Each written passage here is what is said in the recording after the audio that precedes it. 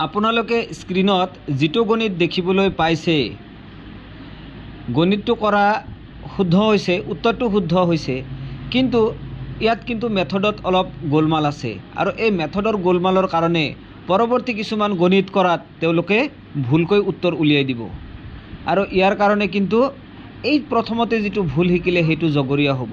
কেনেকুৱা অসুবিধাবিলাক হ'ব মই এটা উদাহৰণ দিছোঁ, আপোনালোকে চাই লওক আৰু শুদ্ধ পদ্ধতিটো মই দেখাই আছোঁ, চাব।